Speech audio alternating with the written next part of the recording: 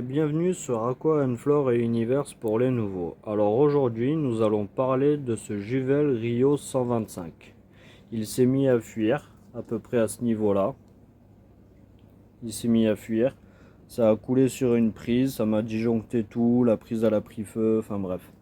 Ça m'a coûté 10 euros, toutes ces conneries, au final. Et je dois refaire les joints de l'aquarium. Donc 20 euros, ça va me coûter cette connerie. Et en plus de ça, l'aquarium, je l'ai acheté il y a à peu près 1 an et demi, 2 ans. Je pensais que les joints, ils étaient nickel chrome. Et au moment où j'allais mettre le sable, le décor et tout, ben pouf, il s'est mis à fuir. Donc heureusement que j'avais pas mis le sable avant. Parce que j'aurais pété une durite. Et par contre, j'ai siliconé le biobox dans le fond. Je l'avais tout bien mis. Du coup, ben, c'est parti pour enlever ça, quoi. Du coup, on va le sortir. On va y passer un coup de Karcher, que comme vous pouvez le voir, dans le fond, il y a encore tout plein de saleté. Du coup, on va nettoyer tout ça au Karcher.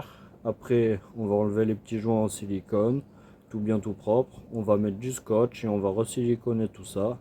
Et après, on pourra le remettre en eau. Voilà, voilà. Je vais sortir tout ça et je vous reprends après. Alors, nous revoilà. Pour finir cet aquarium, comme vous pouvez le voir, j'ai commencé à enlever les joints en silicone. Je l'ai pas nettoyé, que j'avais la flemme de me le sortir, patati patata, qui est tout au fond de mon appart. Du coup, je vais finir d'enlever les joints en silicone. Après, on passera un petit coup d'éponge, je mettrai le scotch, petit coup d'acétone, et on resiliconera tout ça. Donc je vais vous montrer les étapes, et on se retrouve à la fin pour le remplissage. Donc c'est parti, j'espère que le micro il va pas tomber en panne, que j'ai perdu le deuxième. Hop, voilà. Au moins on verra bien les choses sur du blanc. Donc on va décaler l'aquarium pour commencer, pour avoir une meilleure place pour enlever le fond des joints, que j'ai enlevé tous les bords, enfin deux bords, et il me manque un peu de fond et deux petits bords.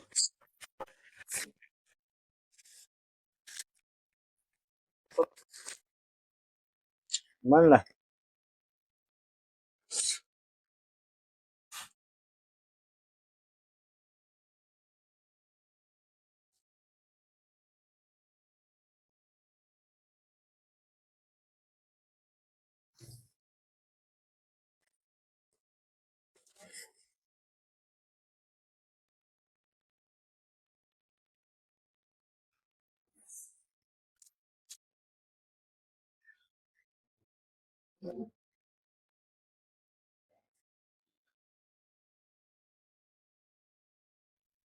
Donc voilà, pour y voir mieux, on va enlever le petit cadre dessous. Hop,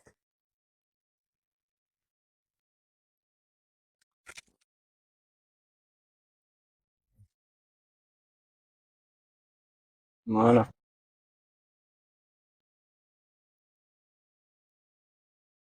Donc hop, je vous prends.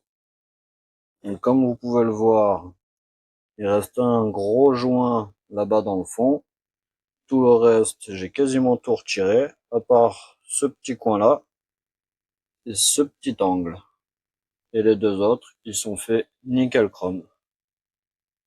Donc j'ai enlevé celui-là. Je vous montrer la technique de comment bien retirer les petits joints. Et après, on se reprend pour le scotchage. Le scotchage. Après, on se reprend pour scotcher le tout, siliconer.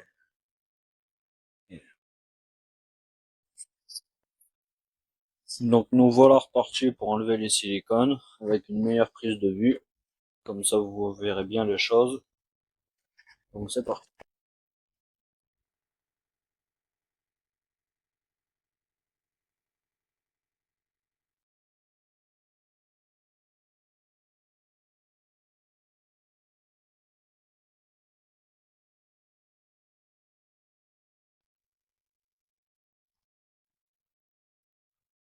Comme vous pouvez le voir, c'est compliqué d'enlever. Déjà, il faut regarder où finit la vitre. Comment est collé l'aquarium. Donc là, comme vous pouvez le voir, c'est une plaque entière. Ça, voilà. Comme vous pouvez le voir par-dessous, c'est une plaque entière et les vitres sont collées dessus. Ce n'est pas collé autour de la plaque du fond. Donc une fois qu'on sait ça, on peut aller dans l'aquarium, tranquillou. Et dans ce cas-là, vu que le fond, il n'y a pas de joint, on va dans l'angle et on trace jusqu'au fond comme ça. Vous ne le faites pas du côté où il y a le joint, sinon vous allez décoller l'aquarium, vous voyez ce que je veux dire. Donc du coup, vous appuyez sur la vitre du fond, vous tracez comme ça, et une fois que c'est fait, vous prenez votre scalpel, vous le mettez dans cette direction, et vous poussez. Et ça, c'est pour éviter, comme vous pouvez le voir, d'aller là-bas sous le joint. Pour moi, avec cette technique, comme vous le voyez, ça ne va pas sous le joint. Ça reste pile devant. Et ça le gratte tout bien, comme vous le voyez. Voilà. Donc on va continuer sur tout le reste. Je vais enlever les petits pâtés qui restent là dans le fond aussi, comme vous le voyez. Il reste des petits pâtés. Il faut tout enlever. Même si à des moments vous le voyez, ça reflète à la lumière, un peu comme là. Ça aussi, il faut l'enlever. Faut pas le laisser. Parce que certes, c'est plus du silicone, c'est une genre de crasse. Mais si vous le laissez, avec l'acétone et la serviette, ça ne partira pas. Donc il faut vraiment tout frotter et racler. Rendre le verre tout lisse, tout propre. Et une fois que c'est fait, vous pourrez scotcher et siliconer. Donc on va finir ça, et on peut reprendre.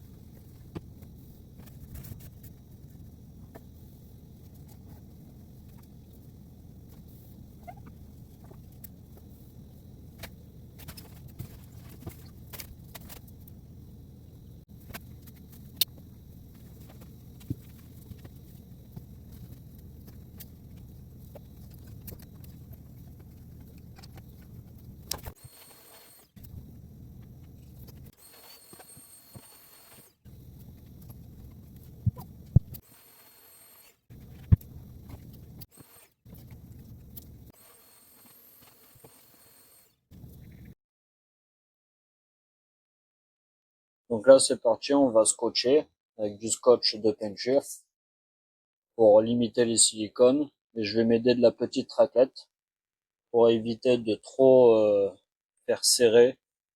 Parce que sinon après, quand on retire le scotch, ça décolle un peu le silicone.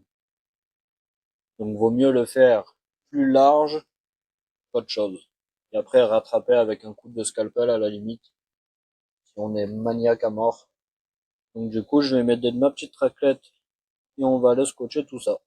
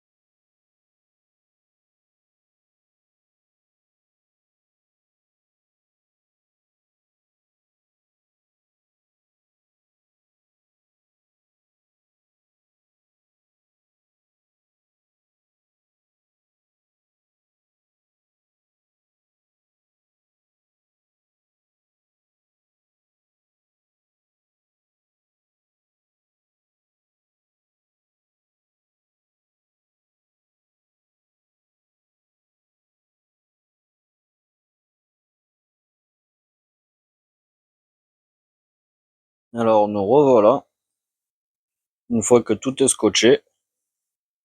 Je n'ai pas scotché le fond, qu'avant je le faisais, maintenant je le fais plus parce que il y aura le sable. Après si c'est pour une fiche room, je vous conseille de mettre du scotch sur le fond pour que ça fasse plus joli, plus propre. Donc voilà ce que ça donne. Une fois que c'est fait, on a nos petits scotch tout bien mis. Il nous manque plus qu'à siliconer maintenant. Donc je vais aller me taper un petit croc, j'ai faim, et après on se reprend pour le siliconnage. Donc nous revoilà le lendemain. On va repréparer la zone et on va siliconer l'aquarium.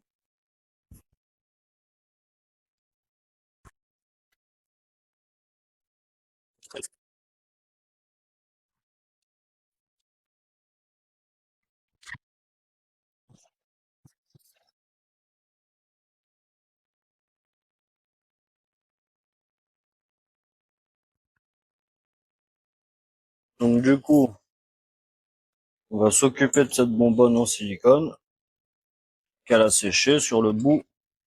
Donc on va ouvrir le bout pour sortir ce qui est sec.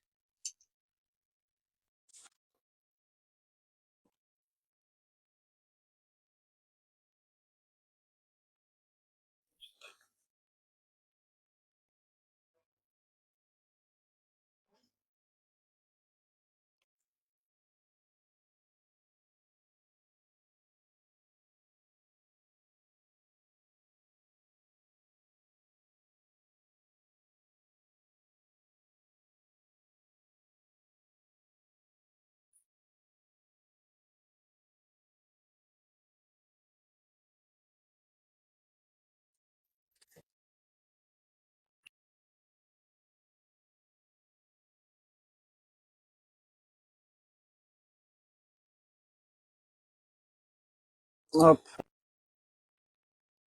voilà. J'ai enlevé le bout qui est sec.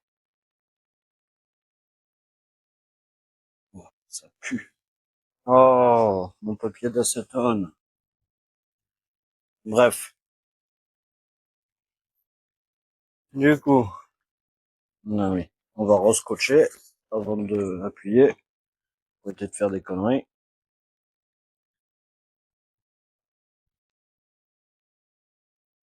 Voilà, tout retaillé, tout propre.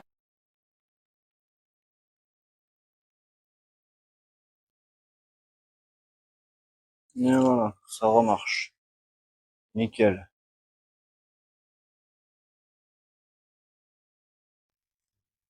Hop, voilà, là aussi il connaît. Et comme vous pouvez le voir, cette bonbonne, ça doit faire 5 mois que je l'ai ouverte et elle marche encore. Il n'y a pas de souci. Bon après par contre, je l'ai pas utilisé pendant un long moment. Du coup tout l'avant du tube il avait séché. Et sur à peu près 0,5 mm ici à l'intérieur du tube ça avait aussi séché. Du coup j'ai dû percer avec une vis pour que le silicone puisse ressortir. Mais en soi, ça marche toujours, même si on les laisse longtemps traîner.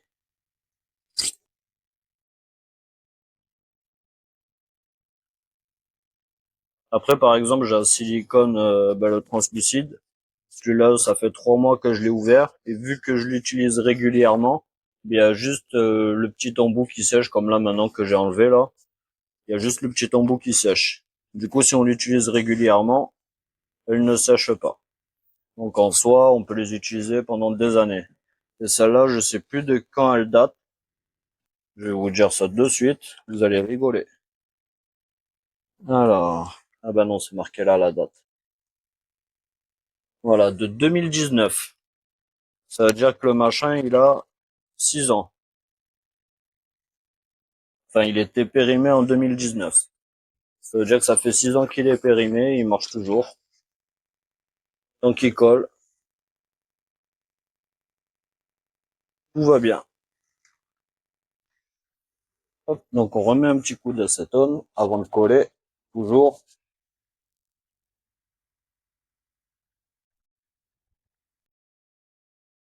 On tartine bien l'acétone.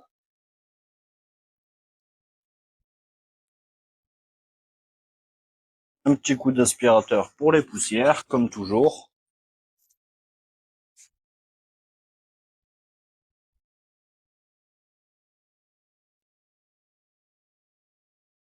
Hop, donc je vais vous rapprocher. Donc c'est parti pour siliconer. Donc déjà, je vais nettoyer l'embout de la cartouche de silicone. Moi, je suis sûr que le silicone, il est pas sec.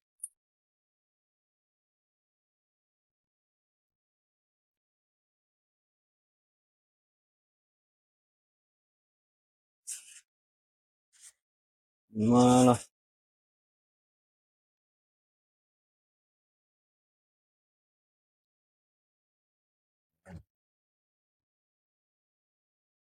Voilà, donc comme vous pouvez le voir, il est bien propre.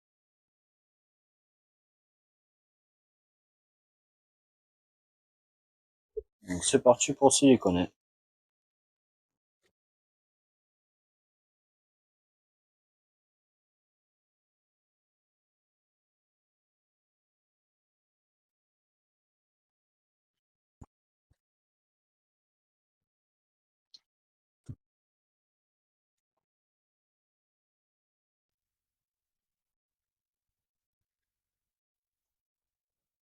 Donc voilà, donc maintenant que on a posé les joints, faut pas perdre de temps, faut vite les lisser avant que ça sèche. Alors, hop hop hop. Et enlever le scotch au plus vite aussi. Alors,